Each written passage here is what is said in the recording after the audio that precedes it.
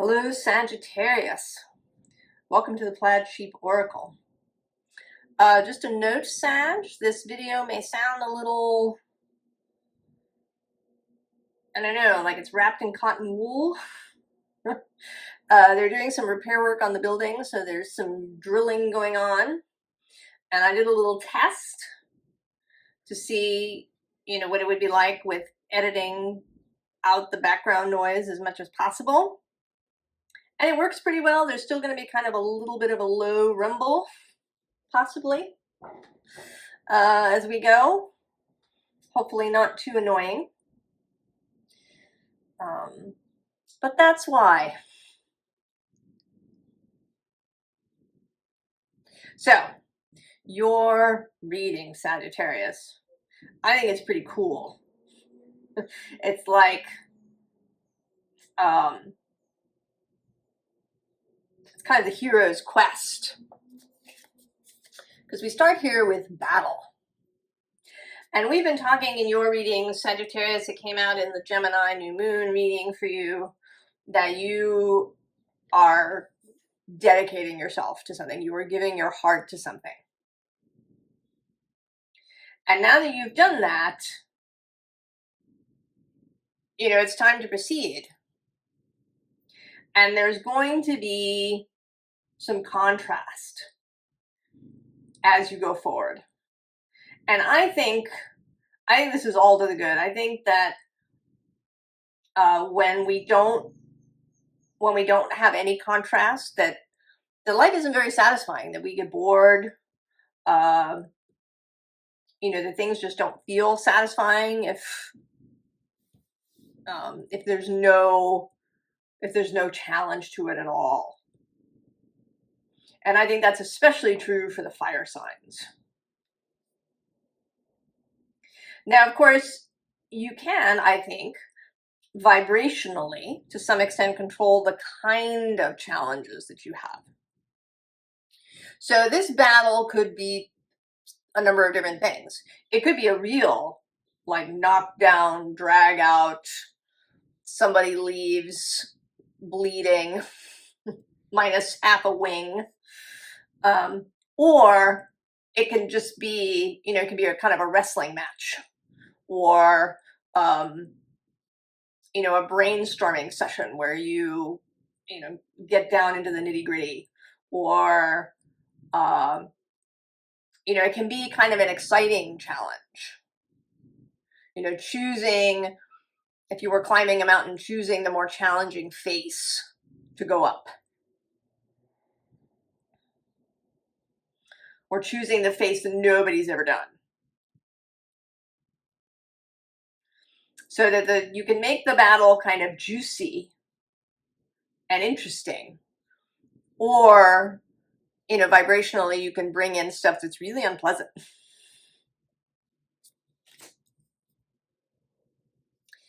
And the scene underlying here is this waterproof. And I think that this is this vibrational element.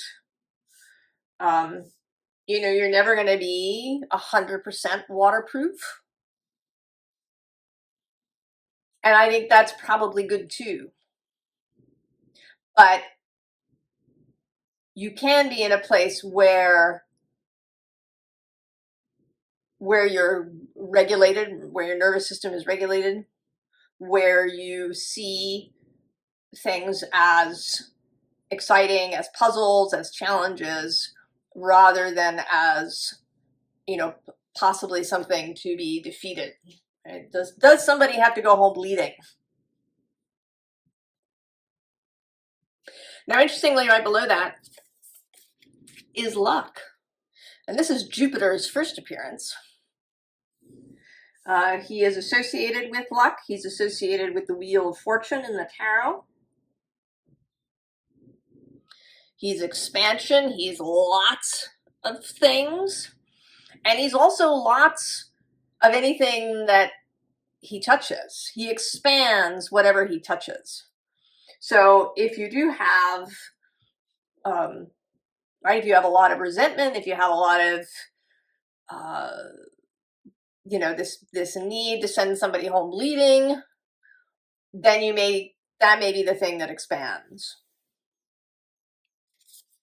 Or, you know, the really juicy, interesting challenges expand. Then the unseen underlying is fear. As is so often the case. Right? It's fear of one kind or another that really underlies all of our troubles. Fear of lack, fear of loneliness, fear of failure, fear of mediocrity, fear of pain, fear of grief, fear of loss, fear of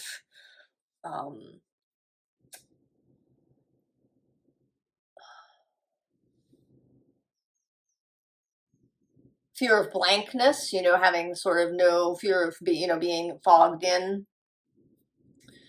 And it isn't, of course, the fear itself that's the issue. It's how you then react to that. I actually saw a tiny little snippet of an interview with Tom Cruise. He's kind of showing up in the feed because the final Mission Impossible movie opened on Friday, the 23rd. And he talks about not being afraid to be afraid. The willingness to feel afraid. And I think that fire signs can sometimes have a little trouble with that. Right? We want to be fearless.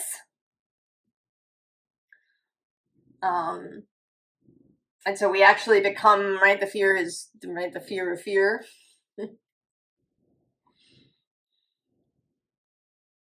So the willingness to feel that, but not be ruled by it. Now then we have Jupiter really showing up. Sky God. This deck hardly ever comes out, and I think it came out just for this card. This, right, Jupiter, god of sky and thunder. And interestingly, it's just sky here. So I want to say that there is a focus here, not on the battle, not on the thunder and lightning, but on the sky, on the vision.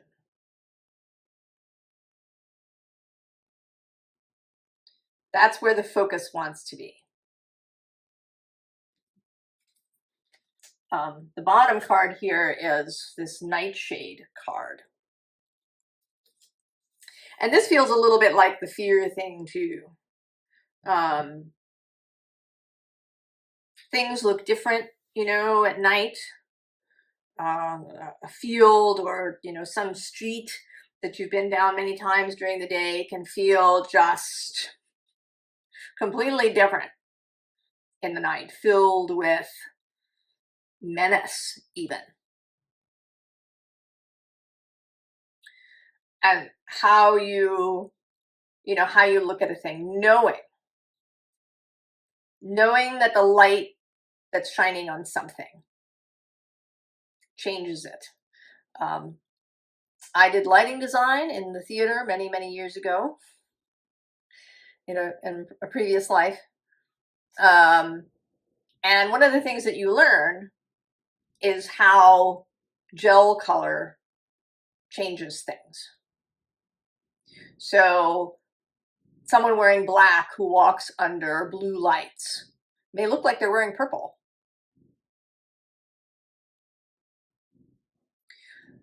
The kind of light that you shine on something can change it. So how are you seeing a thing? What sort of light are you shining on things? You know, are you sort of shining this sky god Jupiterian light of, you know, beautiful challenges, of puzzles, of juiciness, of luck? Or, you know, is it all about the battle, about, you know, everything being hard, about the world being shitty, and all of these kinds of things?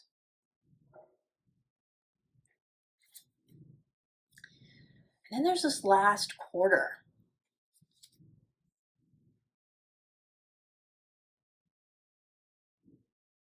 And this too feels like how you see things, right? The dark side and the light side.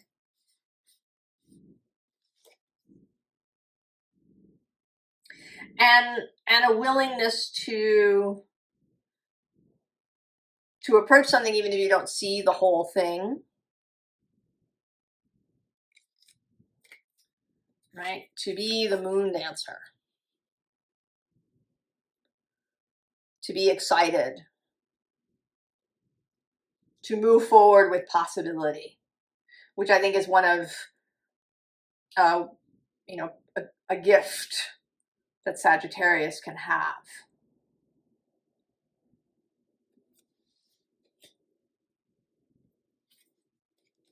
And then Moonflower.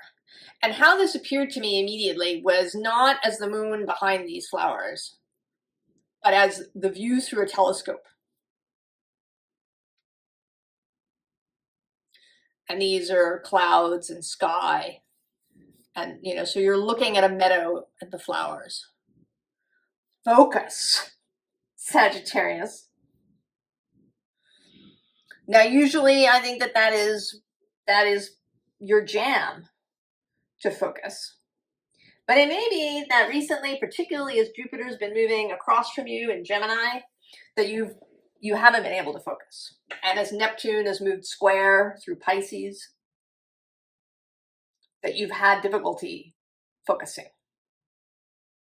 But now all of that is changing. Jupiter is about to move into Cancer. So into this, you know, watery space. And into a cardinal sign, a sign of initiation. So we have the Fool. And then on the bottom of the deck is this Ace of Pentacles. And how it was looking to me as I saw this spread is that you've been sitting with this. You've been planning it, visioning it, falling in love with it. This is an unusual Fool card because this Fool is still just sitting there looking out. And then right below the Fool is Judgment. Time to go. The time is now. Judgment is associated with the fire element in tarot. Lighting the fire.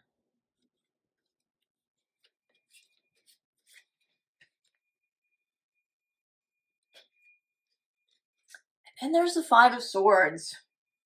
The willingness to enter, right, what could be contrast. There are going to be difficulties. And how you see them, this is the Swords card. How you see the challenge. Because interestingly, right, the sword in this card isn't really pointed at you. Right, this is you in your red outfit. Right, the sword's kind of, you know, pointed backwards. So how do you view the thing? Are you out for blood? Are you expecting to be bloodied? Or are you just in it for the juiciness? So then we have the Six of Wands, Jupiter for the third time in Leo.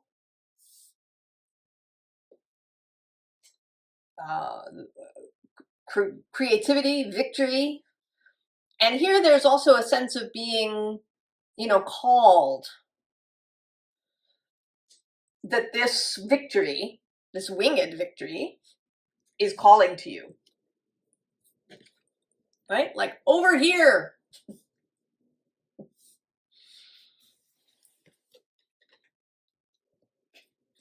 You know, let's get into it. Three of Pentacles. Let's get all the juiciness in. Let's get to grips with it. Let's get our fingers in the clay. And let's get together with other people. You could certainly be excused for wanting to avoid people, especially in the last several years. But if you keep that, right, if you keep the focus on the blossoms, on the sky, on the star, you're going to run into the right people. The people who want to get into it with you, the people who want to get juicy. Right, where there's sparring, not battle. Right, sparring in the dojo so that everybody gets better.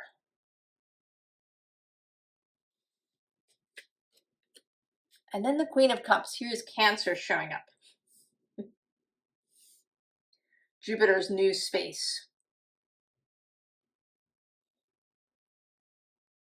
The feeling space. And it may be that perhaps this is what has been missing in the past. Perhaps in the past it was about, right, solely about the victory.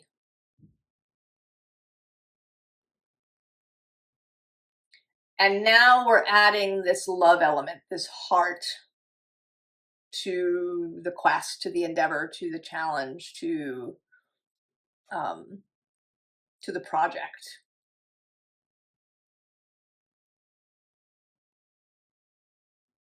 Maybe we're also adding a sense of care.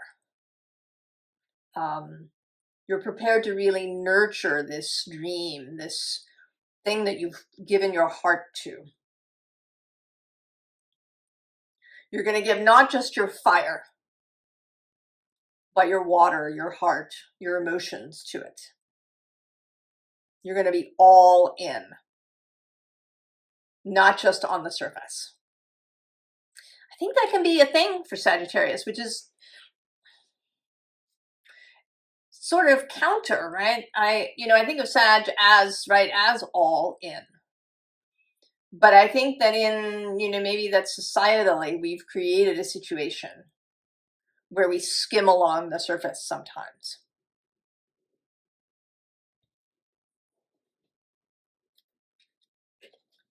So we have the hearth, that warmth, that nurturing, that comfort. Below it is the endurance of the rock, the stability. And then below that is this Venus fluidity.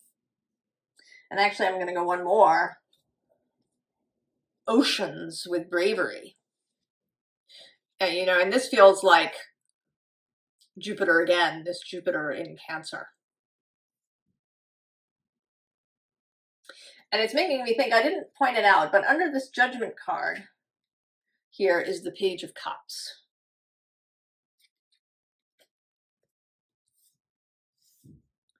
Right, that's kind of this character here. This enthusiasm. And a kind of innocence, too. Seeing the world as wonderful, as beautiful, as filled with possibility. Right? The opposite of jaded or cynical. And then Venus, I actually don't know when Venus meets Jupiter. I don't know, I kind of want to know now.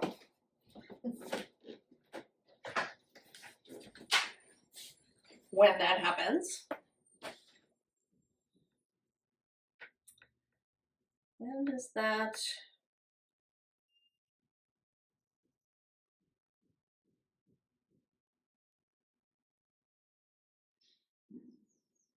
So maybe there's some timing there. August 12th. At 14 degrees of Cancer. Venus will meet Jupiter.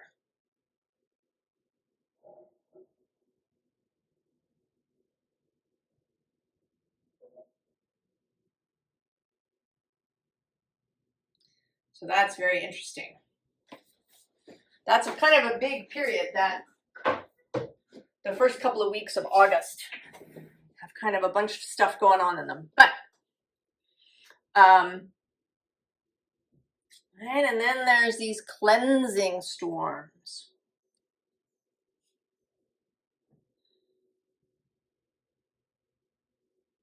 That maybe there's a need, that you have a need to move. Like a small child or an animal, you know, if you have dogs, they need to run at some point to really move. I think that we really need to move for our nervous systems to be healthy. And maybe there's something about that, about the storm, that clears things out, the rapid, right, like a movement in some way, and particularly emotionally, and maybe that you need to talk about stuff, that you need to express these things, that you need to work through them, rather than just shoving them aside in order to reach the goal. Right? Gravity, groundedness. And this, right, what I hear is checking in, right? Checking in with yourself. Because she looks like she's about had it, right? These butterflies are trying to lift her up, but she is just exhausted. So I think this whole row is about ways to take care of yourself. Ways to check in with yourself, that you need to perhaps, you know, express your emotions, find ways to help your nervous system, to give yourself comfort when that's appropriate, and people around you as well. And then we have the sun, which feels like doing those things which inspire you. Julia Cameron, who wrote The Artist's Way, talks about taking yourself on artist dates as a way to replenish that well within you.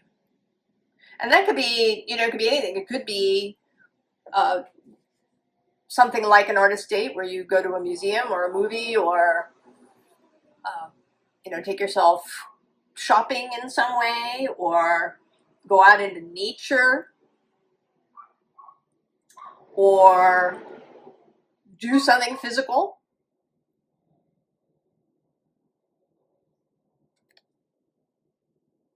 Or maybe hang out with people too.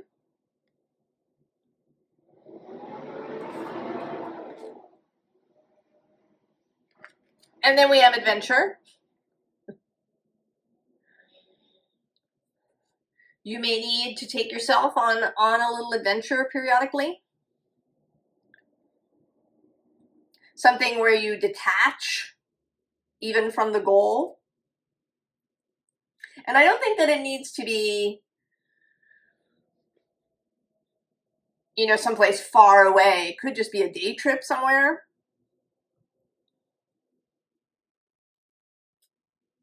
It could even be, you know, within your own city or town, or go someplace you've never been. It could be watching a movie, a kind of movie that you've never seen before. It could be trying something new that's, you know, not part of your regular mission. You know, maybe you, you know, learn to embroider, or you, you know, learn to bake sourdough bread, or you, you know, learn line dancing, or right, something that's a little bit of an adventure, something new, something juicy, but that isn't, you know, directly related to this thing. That's a little bit of a, like a little vacation. And then companionship, people, friends, animals, perhaps. But keeping in touch with people. And, you know, really having a companion, like actual companionship. Someone, you know, maybe there's someone who's on this trip, this journey, this quest with you.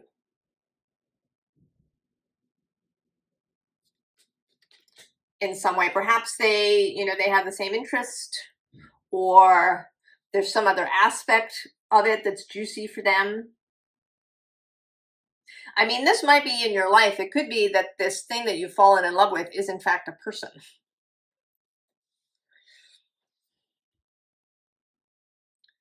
And that for the first time in your life, you've really given your heart to somebody. You are all in.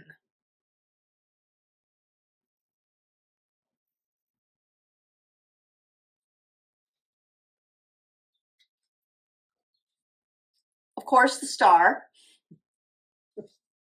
And right below it is this stag, who is strength in this deck. Dedication, devotion. And on the bottom, the Knight of Vessels, the eel, the Knight of Cups, who is also devoted. He carries his cup with him.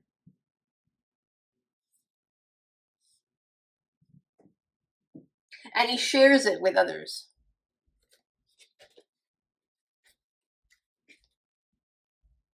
Of course, we have dedication,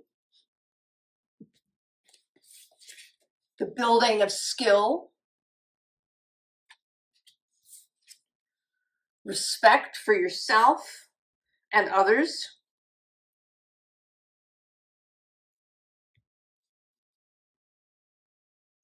respect for what you've been through, respect for the quest, respect for your softer bits. It's possible sometimes I've encountered fire signs who think, or people with lots of fire who think of their softer bits as weakness or as something that's holding them back.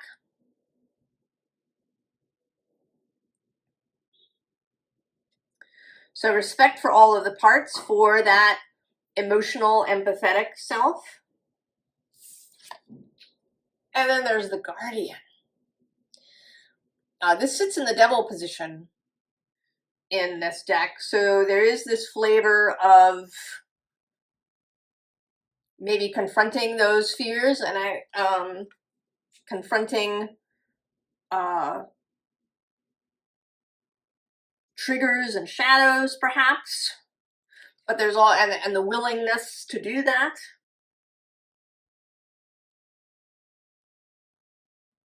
The willingness to face the challenges.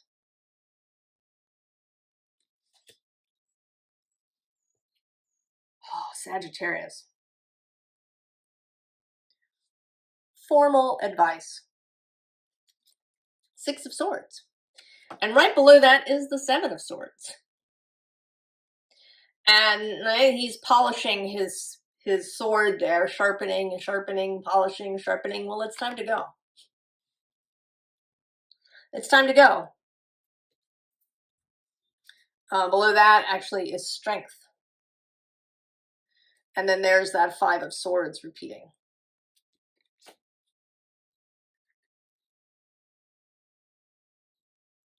On the bottom, the Empress.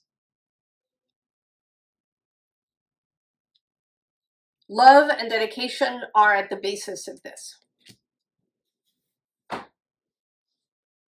You've given your heart to it.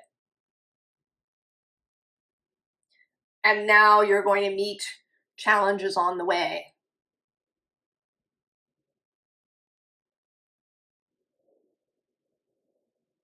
But that it'll be more, you know, a jousting match. It's not about drawing blood or bleeding for things. but that there is, right, that there is a grappling with something. There is, you know, all the examples that come to mind are really physical. There is a mental component for sure. Page of Swords, the call has come.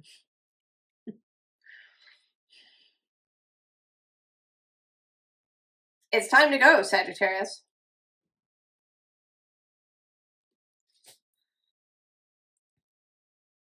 It may be that something, you know, that the whole summer we are about to have a Sagittarius full moon. There may be something that triggers there.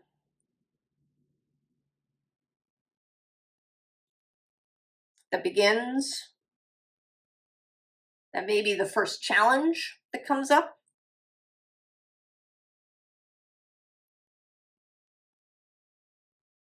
It may be that when Venus meets Jupiter, that there'll be some flowering, that some of that luck will really pour in. Then death. Rise. If you've been burned to the ground, it's time for the phoenix to rise.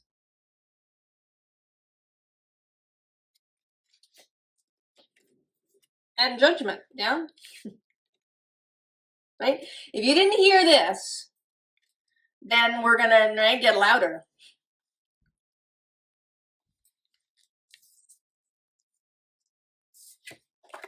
And then the Knight of Cups.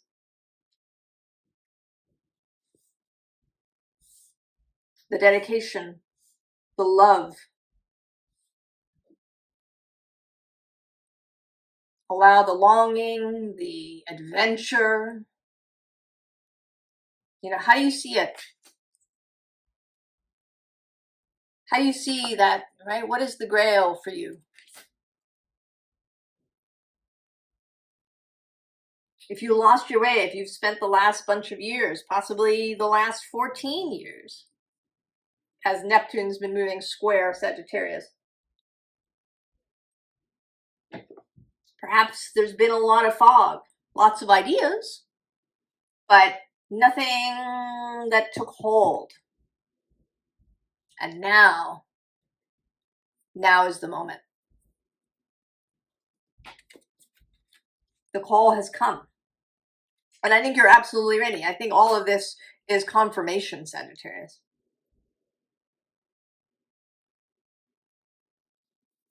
Right? Confirmation that you can embody that Jupiterian sky god spirit.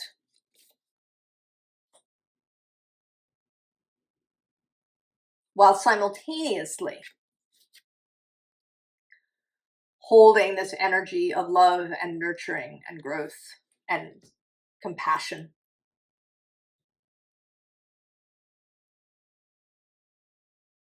That you're ready again for this, right? For companionship on the road.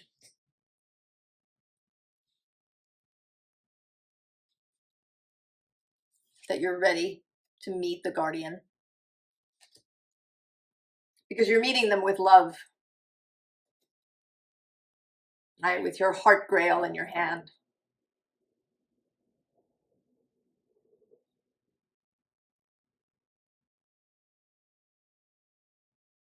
It actually is making me think of Indiana Jones and the Last Crusade. And when they find the knight who's the guardian of the grail, and he says, choose wisely. Right? You don't choose out of greed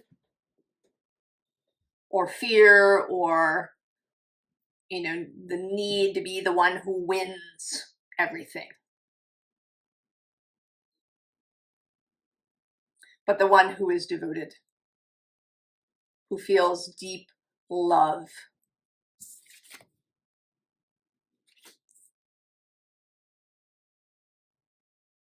Sagittarius, I hope you're excited and that you're like bursting to go forth. I wish you all the very, very best. And I will see you next time. So long, Sag.